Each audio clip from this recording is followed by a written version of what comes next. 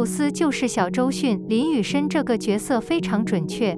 日前大结局提前点播，我喜欢你评分锁定7.1，观看量近10亿。更让人意想不到的是，我喜欢你是陈畅执导的第一部甜宠剧。在此之前，他是开心麻花和话剧《分手大师》的导演。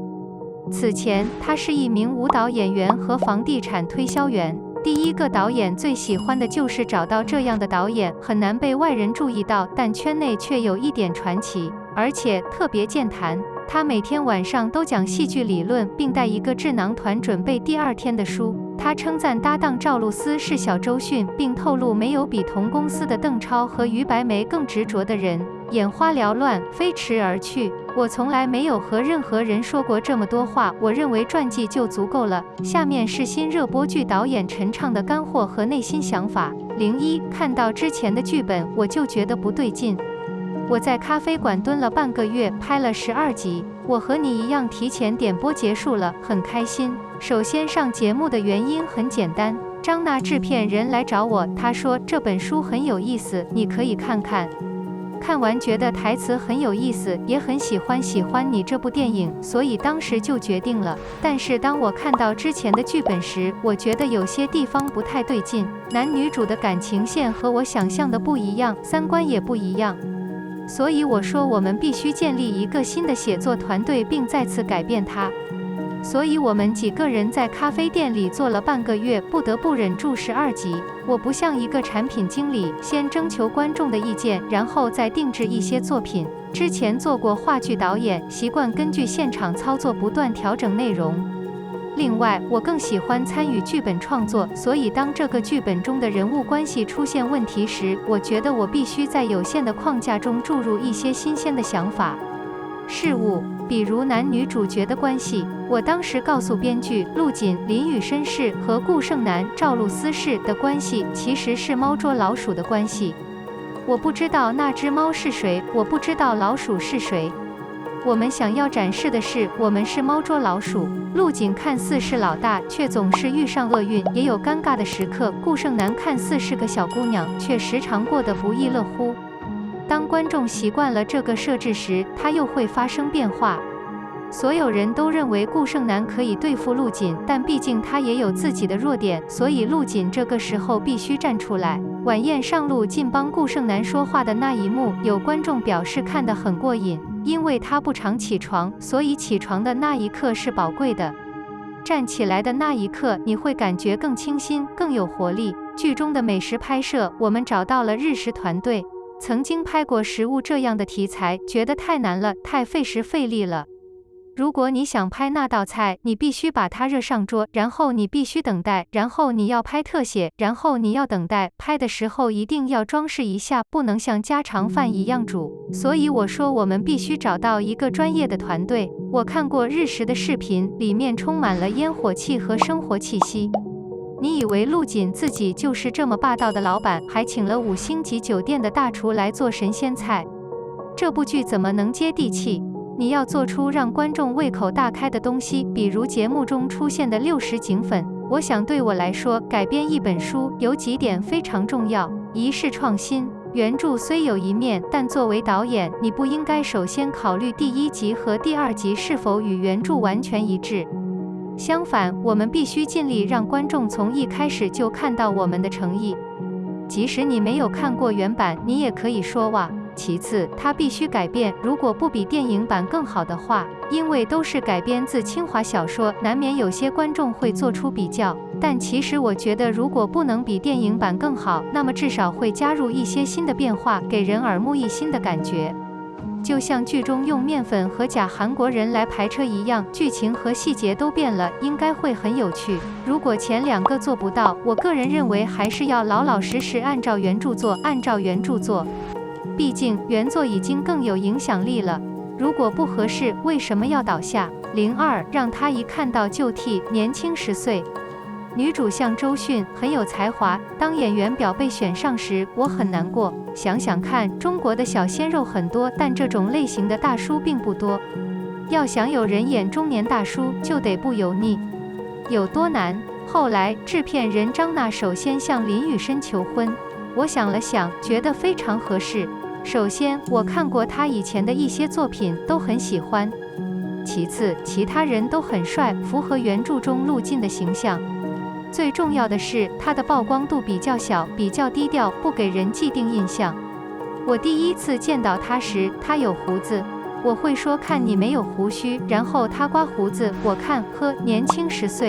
但问题也来了，原著里陆锦的感觉没了。当时我们讨论了很久，陆锦有没有胡子，投票的方式也多种多样。因为你毕竟在扮演霸道总裁的形象，而且也是比较容易套路的角色。如果你的胡子让观众觉得油腻，那么它几乎就像一个标签，牢牢地贴在你身上。所以我们下了不少功夫，如果觉得有一点问题，我们会及时调整。比如在网上被调侃扮永久西装的卢晋说，即使掉进水里，他也总是穿着西装。其实这是陆锦的性格决定的，但是我告诉林雨申，你一定要哭，就算不脱衣服，眼角也有泪水。你是人，不是神。再坚强的人，在遇到压力和挫折时，一定会表现出真实的情绪，不然观众看到的不是真的。这个 boss 的形象和之前的套路没什么两样。所以网络上关于卢晋的评论大多都说老板的形象很可爱、接地气，让人觉得很舒服。这也和演员的演技息息相关，因为林雨申几乎是一个不偏不倚的演员。什么不能称为偏见？也就是说，他在把握人物的时候，会非常准确地分析人物的每一个特征，哪怕是最细微的细节。如果没有他的场景，他就不会离开。我说你去休息，他说我要再去感受一下，彻底了解这个人物。最让我感动的是，我们冬天拍戏的时候，他总是穿着单薄的西装，站在寒风中。我让你进来一会儿，他说不行，我一进去就出不来了。里面是如此温暖和舒适，他是一个为自己负责的伟大演员，而且赵露思非常有才华。拍戏的时候，我形容他是小周迅。首先，他今年21岁，与角色同龄，各方面都相当一致。此外，他非常有灵性和洞察力。虽然他来自非专业背景，可能没有那么多经验，但这也是他的优势。当时我就跟他讲了这部剧，让他放开所有的守卫，放开剧本里对这个角色的所有限制，然后靠自己的能力把故事活出来。比如别人表演这个片段，你可以笑，但你可以哭；别人在哭，但你可以笑。你可以根据你对角色的理解来呈现。也许在写剧本的时候，你脑海中的形象并不是他，但拍戏的时候一定要根据演员的特点来调整。我称之为剪辑。拍摄到一半，赵露思几乎不需要我的帮助，只要给他一个提示，他就会马上明白我的意思。有一幕是他和林雨申在厨房吵架切蘑菇的场景，也是两人感情的转折点。之前的戏大部分都是林雨申带来的，因为他是个很有经验的演员。这时候我对赵露思说，这个场景是一个女孩子带来的，你一定要把这个节奏带好。露思，你要知道，拍完戏就算她再多台词，哪怕你不说一句话，所有的观众都会来看你。我只是说了几句话。拍完戏，林雨申走过来问我，你有没有偷偷叫过他什么？他说现场的节奏完全被他带走了，所有的情绪和反应都被女孩子带走了。在那一幕之后，我对露思感到很自在。我想你只要对她说一句话，她就会明白的。剧集更新后，我在网站上观看了那个场景的弹幕，大家都在夸赵露思的演技，我也替她高兴。03真正呈现给观众的时候，剧集已经改了3遍。你问为什么这个节目甜而不邋遢？让我举个例子。陆锦去查出是谁给顾胜男换了菜，福尔摩斯上了他的身，用推理套路与大师说出了实情。观众觉得这个场景很好，但剧本一开始就完全不一样了。刚开始不是这样，但是拍的时候就觉得不对劲，于是和编剧商量，想出了一个新的版本。现场拍摄的时候，林雨申觉得还不够，就根据现场效果稍微省了一点，等效果达到最好的时候才完成。因此，当他真正呈现给观众时，这一集已经改变了3遍。第一次按照原著剧本，第二次演员纯现场演奏，第三次加上演员反馈和编剧改写的内容，最后观众看到了状态。很多时候看甜宠剧都觉得是套路，看腻了可能会放弃剧，但是在拍戏的时候不能这样，你得做一些改变。事实上，剧本不太可能包含大量反套路的内容。在很多情况下，它取决于性能和一些现有的东西。拍戏的时候，我每天都做功课，做作业的时间往往集中在每天拍摄前的晚上。每天晚上我都会走第二天的书，但我并不孤单。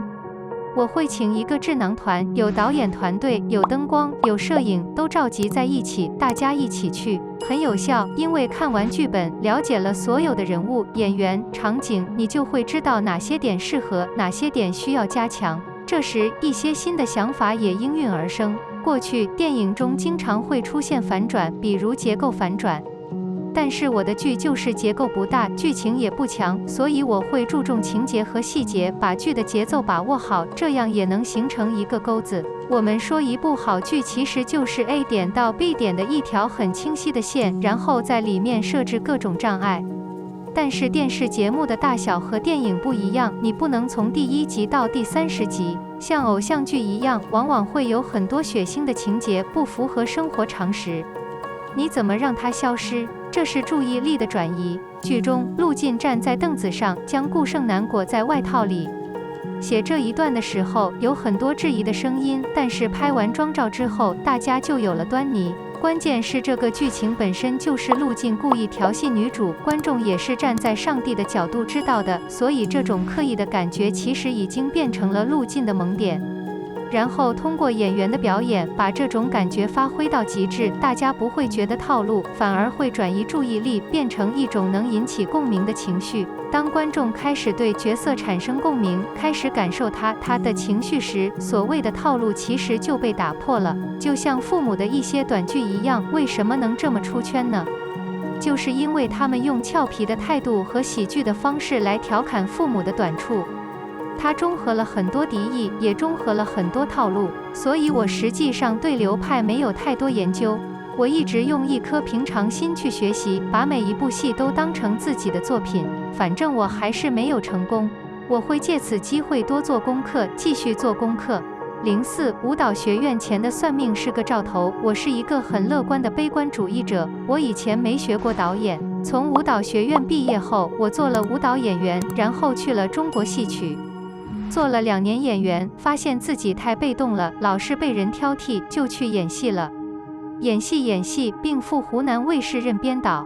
完成工作后，我回来当了开心麻花的导演，然后开始拍影视剧。有人常说，哇，你跳得够大了。其实我从来没有离开过这个圈子，艺术都是一样的。中戏毕业去了话剧舞台，发现，哇，学中戏的表演太多余了。从话剧到影视剧，我发现话剧舞台的体验实在是太多余了，甚至我以前学过的舞蹈现在也很有帮助。舞蹈是艺术之母，你所有的节奏和节奏其实都很难掌握。如果你在影视作品中使用它们就会成为你说话的节奏。即使我现在要做一些晚间舞蹈，我仍然会感兴趣。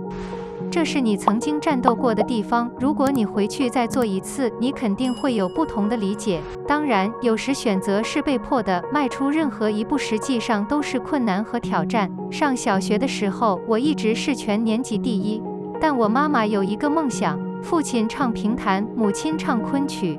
不知道为什么，他们都放弃了专业，成为了工人，所以我妈妈要我学习艺术。彼时，北京舞蹈学院来苏州招生，100年难得一遇。面试其实不是很顺利，没想到通知很快就下来了。我家有一种迷信的东西叫药瓜，当时我爸妈摇摇头说我想不想去北京。很奇怪，出来签了。每天我都劝父母保持沉默，但我反抗了。那个时候正好是分区的，上不了好中学。我说我要去北京。我去北舞学习的时候，很多人不知道、不明白，但我也不害怕。我当时被人欺负，气得第2天就告诉老师，结果第2天醒来，想了想，也不是很痛。我是一个特别悲观的乐观主义者，具有自我修复机制。如果您首先想到最糟糕的事情，那么实际上什么都不会打击您，就像我小时候经常被殴打并跪在洗衣板上一样。